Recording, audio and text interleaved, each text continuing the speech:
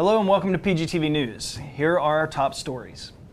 17 years ago, lives were lost during the 9/11 attacks. Find out how Polk County paid tribute in remembrance of that fatal day. A Polk County nonprofit is giving back. Find out who they are and how they're helping the community. Hello and welcome to PGTV News. I'm Stephen Barnes. And I am Tina Mann.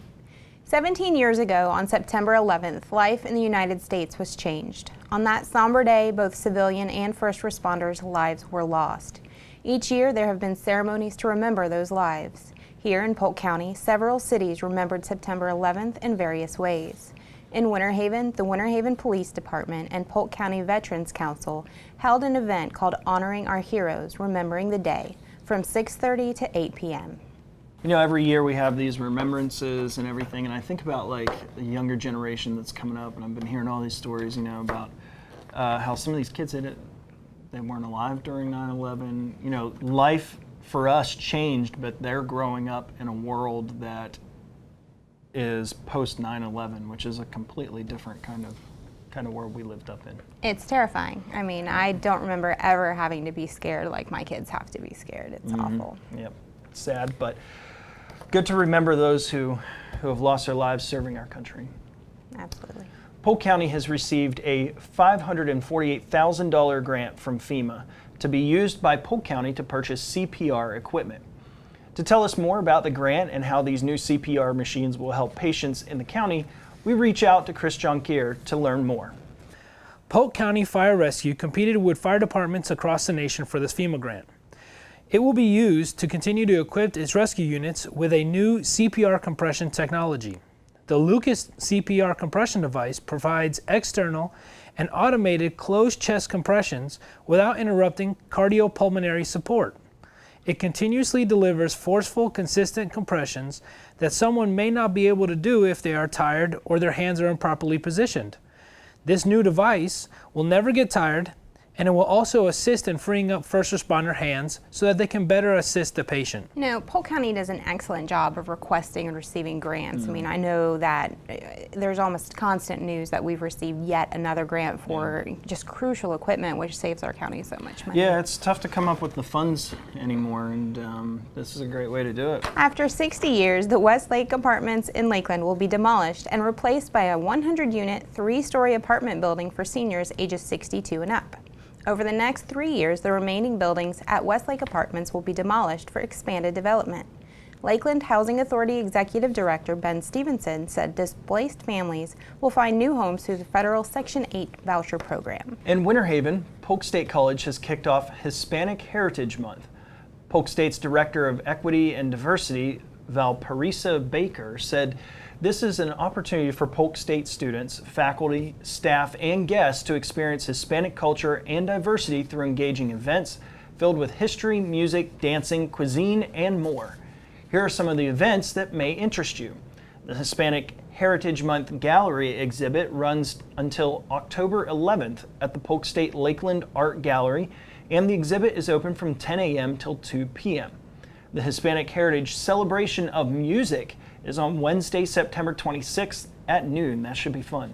The celebration will be in the Polk State J.D. Alexander Center lobby. If you're interested in attending other events, please call 863-808-7789. So, Hispanic Heritage Month is coming up, and we're going to see a lot of the different celebrations going on.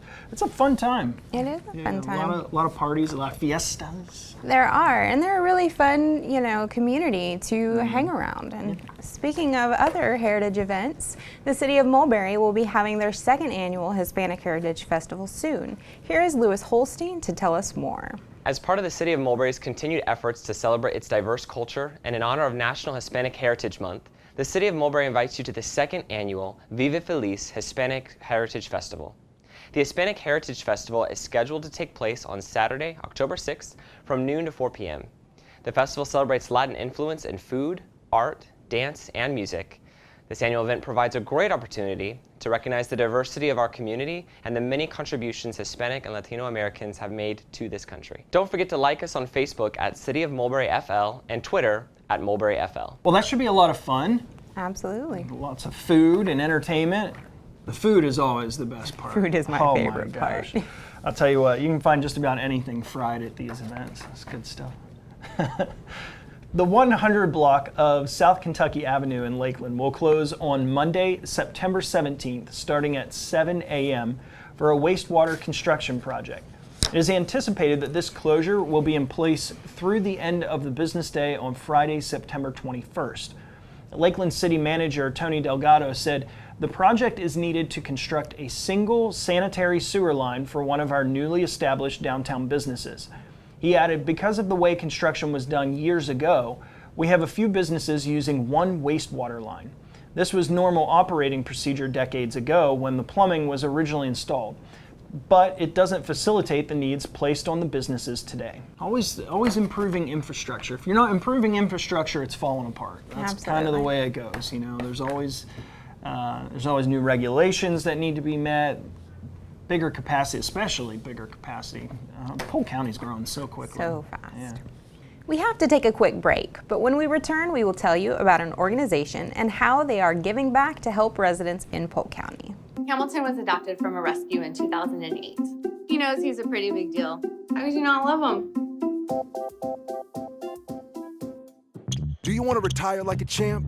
Just like legendary basketball star Uncle Drew? Don't do him like that, Uncle Drew! You're already acing the game. You've got your dream ride. Don't be slamming my door. Sorry about that. You just did the same. Gotta get the boys. Your dream vacation and your dream team. And now you can make your retirement just as legendary. I get buckets. Get the tips you need to get on track at aceyourretirement.org. Hello, my name is John Hall, County Commissioner, District 5. I'm on site at one of our 554 lakes in Polk County, and I'm here to talk about water safety during the summer. Especially with our schools out, a lot of our students are on the lakes, and quite often they're unsupervised teenagers, and I just encourage you to make sure that you're safe, do all the right things, make sure your watercraft, whatever it is rigged out with all of the safety equipment, emergency equipment, in case you encounter something out on the water. For the adults, I encourage you to be safe also. Do not drink and operate a watercraft because it is just as critical on the water as it is on our roadways that you not be impaired. We have 554 lakes. I encourage everyone out there to take advantage of them. Be on the water, have a safe summer, and look forward to seeing you guys next year back out on our lakes, enjoying them. Welcome back to PGTV News. In Polk County, there are many organizations that give back. And the Way Center in Haines City is one that specializes in serving women and children in the community. Here is Sherry McCullough to tell us more. The Way Center. Have you heard of it? Do you know of the various programs that they offer to help women in the community? Well, we spoke with Leanne Pierce to learn more. So we started in 2003 just handing clothes out in a garage, and now we have a center with a computer lab and a resource room where we have baby items and hygiene products, and we have a thrift store with clothing and household items that we're able to help people with, as well as sell to the community at a reduced price. We also have a transitional home for women and children that are wanting to better their lives. You may be wondering, what kind of programs does the Way Center offer? Well, I will let Leanne tell you all about it. The Way Center has 3 primary programs. Our crisis care program, which is anything and everything from somebody that is new to the area and just doesn't know the resources in the area. It could be domestic violence, could be somebody that needs a tangible item for a grandparent or grandparents to have custody of grandchildren unexpectedly. We work with churches and schools and different organizations to provide second-party ministry, where is there a tangible need that we can provide, we can just have a mediator sign for that. We also have a We Can program, which stands for Work Experience Career Networking, and that's a 1-year program for women that want to better themselves. We provide life skills teaching and case management for those ladies. And then our 3rd program is the Way Home, which is a transitional housing facility for women that want to be in that program, the We Can program, but have no other source of stable housing in order to focus on educational, spiritual, and emotional issues that they may be dealing with. It doesn't matter who you are. If you are in need, the Way Center is there for you. Let Leanne tell you about the amount of people they help on a monthly basis. The Way Center assists an average of 80 to 90 people a month. Some of those are one-time referrals, and some of those are people we walk alongside for a period of time as they go through various types of crises. We also have anywhere from 8 to 12 ladies at a time that we're mentoring in our weekend program. And our Way Home, the transitional housing program, has housed 24 families, and we have had 18 of 24 successfully complete the program and leave with jobs and stable place to stay, and sometimes a car.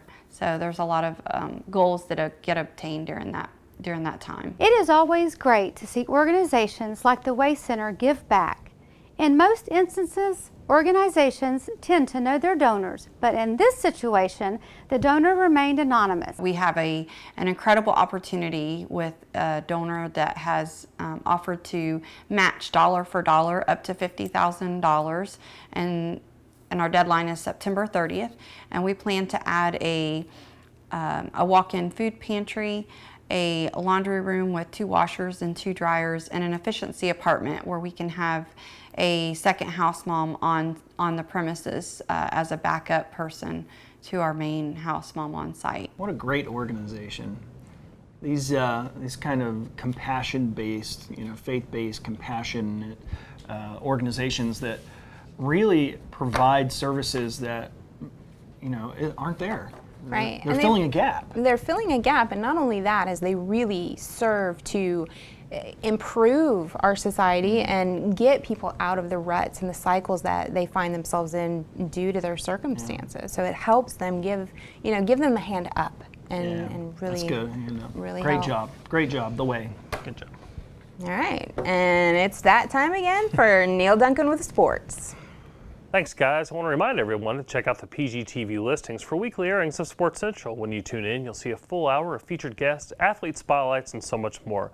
You can also tune into the radio version of Sports Central on Talk 96.7 or Talk 1430 WLKF every Tuesday morning from 7 to 8 a.m. and every Thursday from 5 to 6 p.m. Now let's get to your Polk County sports news. Well, in college football, Warner University dropped their home opener this past weekend against Kentucky Christian University, 41-34. In the loss, Warner did tie the school record for most points scored in a home opener. This Saturday, the Royals will play the number 2 ranked Reinhardt University at Lakeland Christian, so that game is in Lakeland. Kickoff is scheduled for 1:30 p.m. Weber International University did not play this past weekend. The Warriors will be at home against Bloomfield College this Saturday at 7:30 p.m. Note, Weber has moved all the remaining home games to Denison Stadium in Winter Haven. That address is 400 Avenue A Southeast in Winter Haven. The 18th ranked team in the country, Southeastern University, played against University of GC at home this past Saturday. The Fire won the game, 78-0. Southeastern had 2 running backs with over 100 yards rushing apiece, and their defense held UGC to only 139 yards for the night. This weekend, the Fire are on the road to play in Cincinnati against Cincinnati Christian University, of course, in Cincinnati, Ohio. Checking in on Florida Southern College, the women's volleyball team will face Lynn University Friday night in Boca Raton at 7 p.m. On Saturday, they travel to Miami Shores to face Barry University. This Saturday, on the campus of Florida Southern College, the women's soccer team will face Lynn University at 7 p.m. The men's soccer team will also face Lynn University, but they will be traveling to Lynn to take them on. The men's team has started a perfect 4-0 on the season. This is the first time since 2010 that the men's team has started with a perfect record, 4-0. As always, go to visitcentralflorida.org or centralfloridasports.com for more information on events going on in Polk County. Back to you guys. Thanks for that sports report, Neil, and thank you, ladies and gentlemen, for tuning in this week. Remember to tune again next week for another installment of PGTV News. We'll see you next time.